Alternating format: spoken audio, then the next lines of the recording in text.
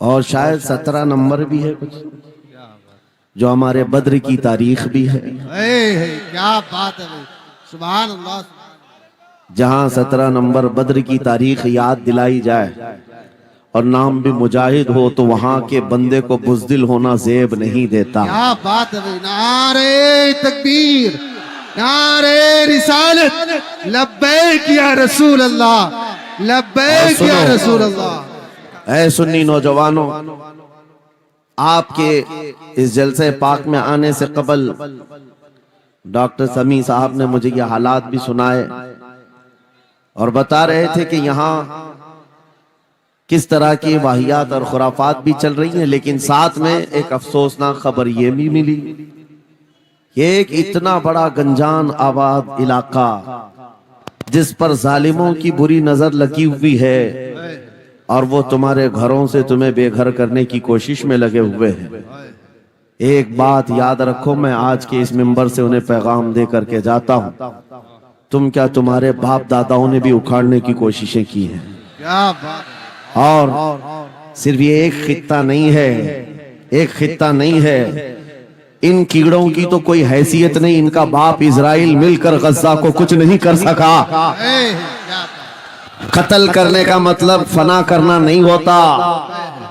اسرائیل جیسی ظالم طاقت جس کے پاس سپر پاور طاقتیں، پیٹروٹ میزائل بھی ہیں، دادا امریکہ ساتھ میں کھڑا ہوا ہے، یورپی یونین ساتھ میں کھڑی ہے، اور نہتے کنکریاں لے کر کھڑے ہونے والے بچوں کا مقابلہ کر رہے ہیں، اور ایک دو نہیں 10,000 سے زیادہ قتل بھی کر ڈالے، بچوں کو مار بھی دیا، لیکن پیٹ نہیں بھرا، ڈر ختم ہی نہیں ہوا، وہ ڈر ابھی بھی ختم نہیں ہوا۔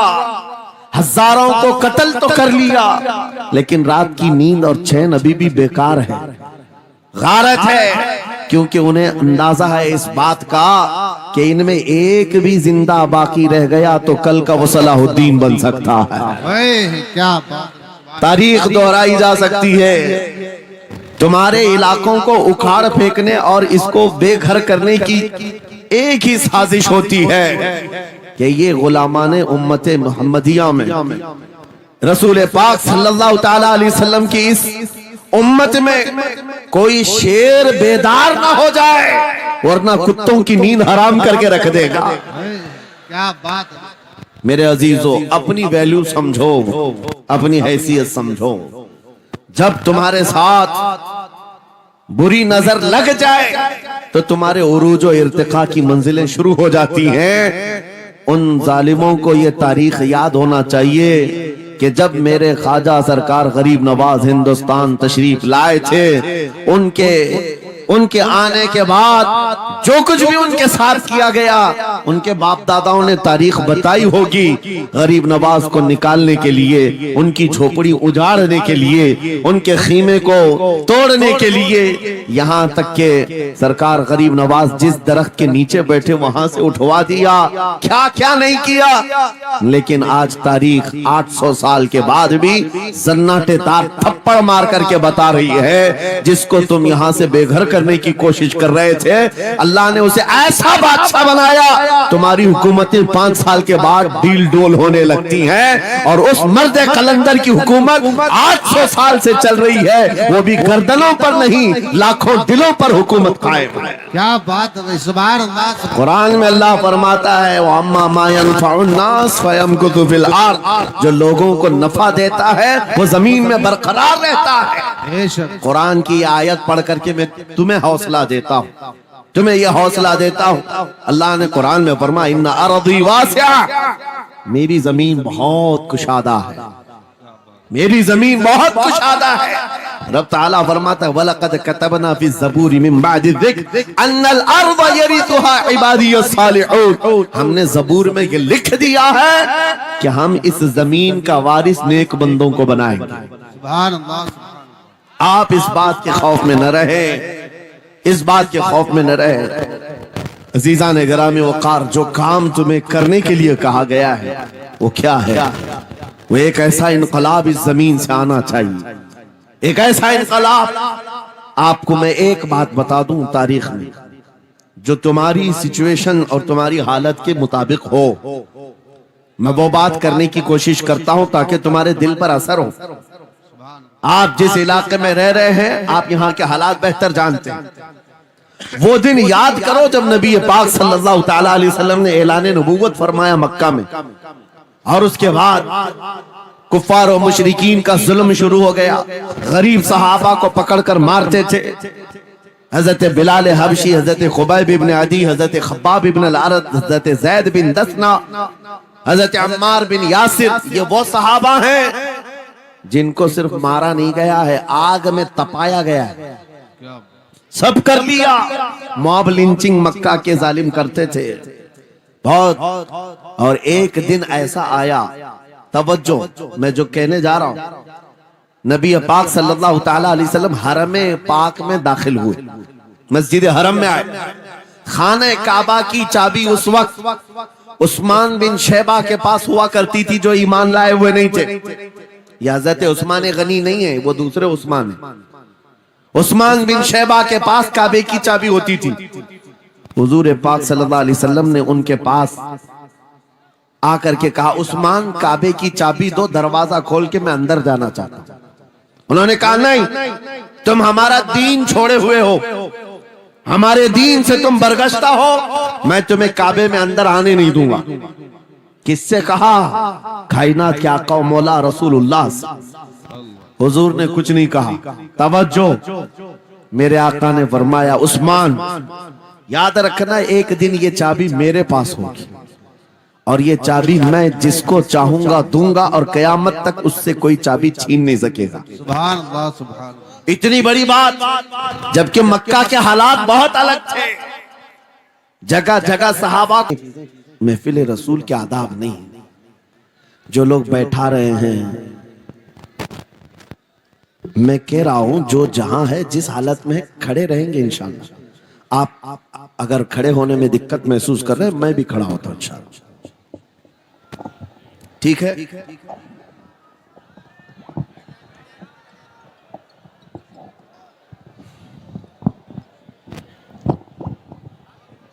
سبحان اللہ. مجھے پتا ہے سب جوان ہیں، صبح تک کھڑے ہونے کو تیار، اور ہم بھی کھڑے رہیں گے انشاءاللہ. اب ٹھیک ہے، اب کوئی کسی کو بٹھائے بھی نہیں، کوئی کسی کو کھڑا بھی نہ کرے. درود پاک پڑھ لیجئے ایک بار. اللہم صلی علی اللہم صلی علی سیدنا محمد وآلہ وآصحابہ وبارک وسلم. مجھے پتا ہے مفتی صاحب، میں یہ آپ کو بتا دوں، ہر جلسے میں یہ حال ہم دیکھتے ہیں.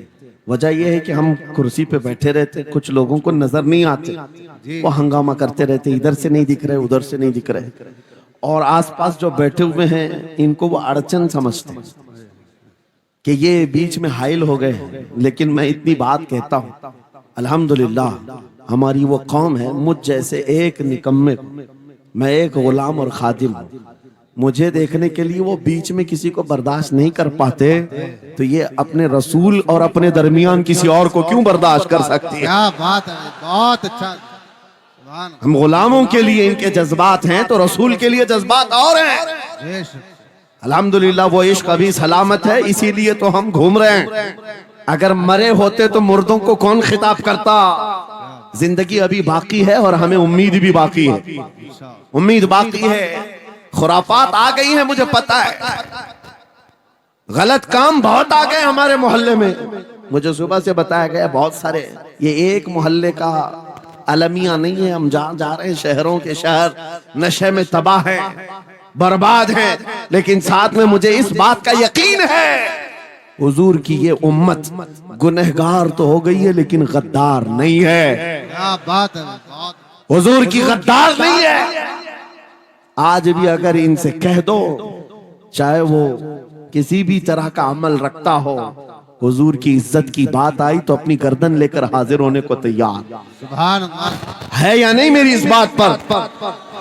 سنو، خالد بن ولید جب قلعے کا محاصرہ کر چکے ہیں، عیسائی پادری نے اپنے سارے ساتھیوں سے کہا ہم ان کو 3 دن کا ٹائم دیتے ہیں کہ ہم ان کو صلح کرنے کی بات کریں گے، لیکن میری ایک شرط ہوگی، یہ اپنے نوجوان ساتھیوں کو لے کر بازار سے گزرتے ہوئے آ جائے اگر صحیح سلامت ان کے سارے فوجی آ گئے ہم قلعے کی چابیاں دے دیں گے۔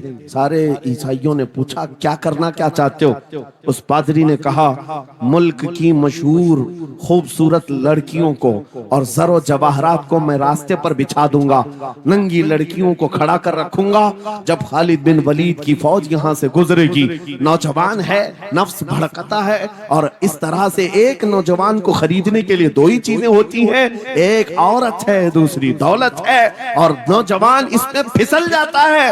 میں جانتا ہوں کہ جب یہ دونوں چیزیں سجا کر رکھ دی جائیں خالد بن ولید کے یہ لشکری ٹوٹ پڑیں گے عورتوں پر اور دولت پر، ہم آسانی سے ان پر قابض ہو جائیں گے۔ سب نے واہ واہ کیا، تالیاں بجائی، اور پادری آ کر خالد بن ولید سے کہتا ہے ہم آپ سے لڑنا نہیں چاہتے، ہم آپ سے مقابلہ نہیں کرنا چاہتے، آپ 3 دن کے بعد اپنے لشکریوں کو لے کر اس بازار سے گزرتے ہوئے آ جائیے، صحیح سلامت اگر آپ پہنچ گئے تو قلعے کی چابیاں آپ کے حوالے کر دوں گا۔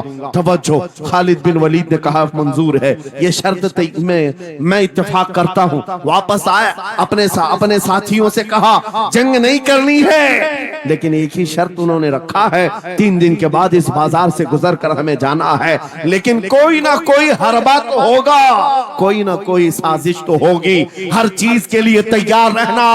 خالد بن ولید اپنے ان نوجوان لشکریوں سے کہہ رہے تھے اے نوجوانوں توجہ سے سننا اس بات کو، آج بھی دنیا یہ سارے حربوں پر عمل کر رہی ہے ہمارے ساتھ، ہمارے نوجوانوں کے ساتھ۔ خالد بن ولید کے 3 دن گزر گئے، عیسائیوں نے اپنی تیاریاں خوب کر لی، بازار میں عریاں لباس میں، آدھے لباس میں ننگی لڑکیوں کو کھڑا کیا، زر و جواہرات دولت کے انبار بچھا دیے۔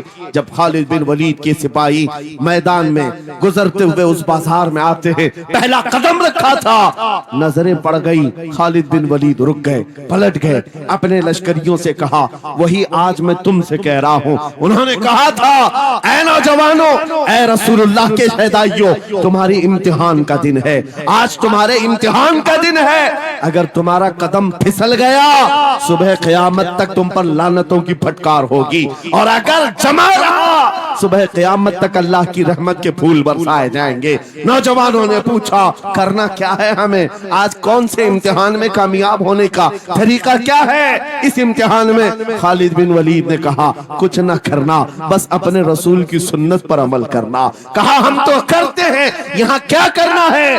خالد بن ولید کہتے ہیں میں نے میرے مصطفیٰ کریم کو دیکھا ہے، جب رسول اللہ مدینے کے بازار سے گزرتے تھے اپنی نظریں نیچی کر کے جاتے تھے، آج تم بازار سے جا رہے ہو، بس اس سنت پر عمل کر لو، اپنی حیا کی نظریں جھکا کر چلنا، پھر اس کے بعد اللہ مالک ہے۔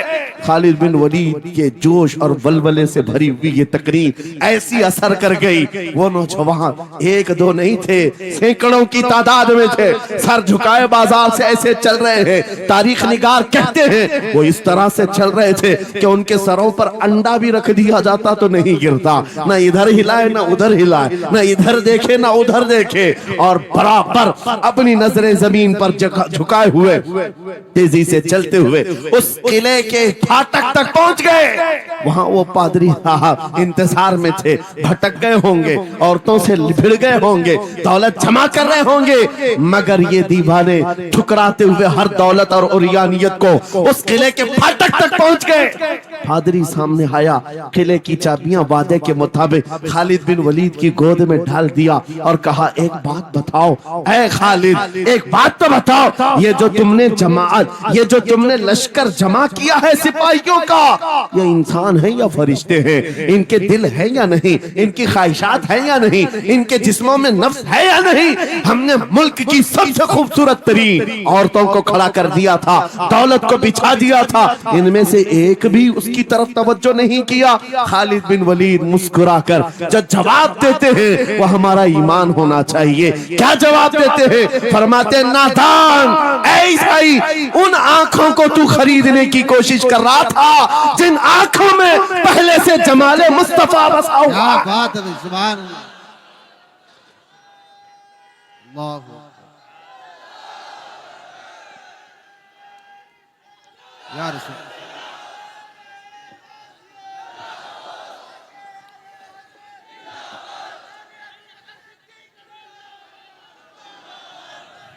یہ جو لوگ لائٹ کے قریب ہیں ان سے گزارش ہے کہ آپ ہٹ جائیں، کرنٹ لگ میرے عزیزوں، یہ جواب تھا ان آنکھوں کو دنیا کا حسن کیا دھوکہ دے سکتا ہے جن آنکھوں میں پہلے سے جمال مصطفیٰ بسا ہوا. اور تاریخ نے بار بار یہ گمراہ کرنے کی کوششیں کی، ایک بار نہیں، دو بار نہیں. قلیوبی میں ایک حکایت ہے، حضرت شہاب الدین قلیوبی نے لکھا ہے 3 بھائی ایک عیسائی بادشاہ کی قید میں آ گئے تھے. تینوں سگے بھائی تھے اور جوان بھی تھے. جوان زیادہ ہیں اس لیے خطاب کر رہا ہوں، اس کا مطلب یہ نہیں ہے کہ بوڑھوں کے لیے کوئی نصیحتیں نہیں. انسان ہے، نفس ہے تو سب کے لیے، سب کے لیے. 3 جوان قید میں آ گئے. بادشاہ نے ان کو آفر دیا کہ میرے دین میں آ جاؤ، میں سپاہی بنا لوں گا، وزیر بنا لوں گا. مگر وہ رسول اللہ کے غلام تھے، میرے آقا کے شیدائی تھے. کہا اتنی آسانی میں تو ہم دین نہیں بیچ سکتے. توجہ ہے نوجوانوں، یہ سب تمہارے ساتھ ہو رہا ہے. دولت تمہیں دکھا کر، حسن تمہیں دکھا کر اگر دنیا خرید سکتی ہے تو لعنت ہے ایسے تمہاری زندگی پر. تف ہے. پھر وہ کیسا ایمان والا ہے، کیسا مسلمان ہے جس نے اپنے نبی کی محبت کو ہلکی چیز میں بیچ دیا؟ اس کا کوئی تعلق نہیں ہے. الا لا ایمان لمن لا محبت لا. اعلیٰ حضرت نے لکھا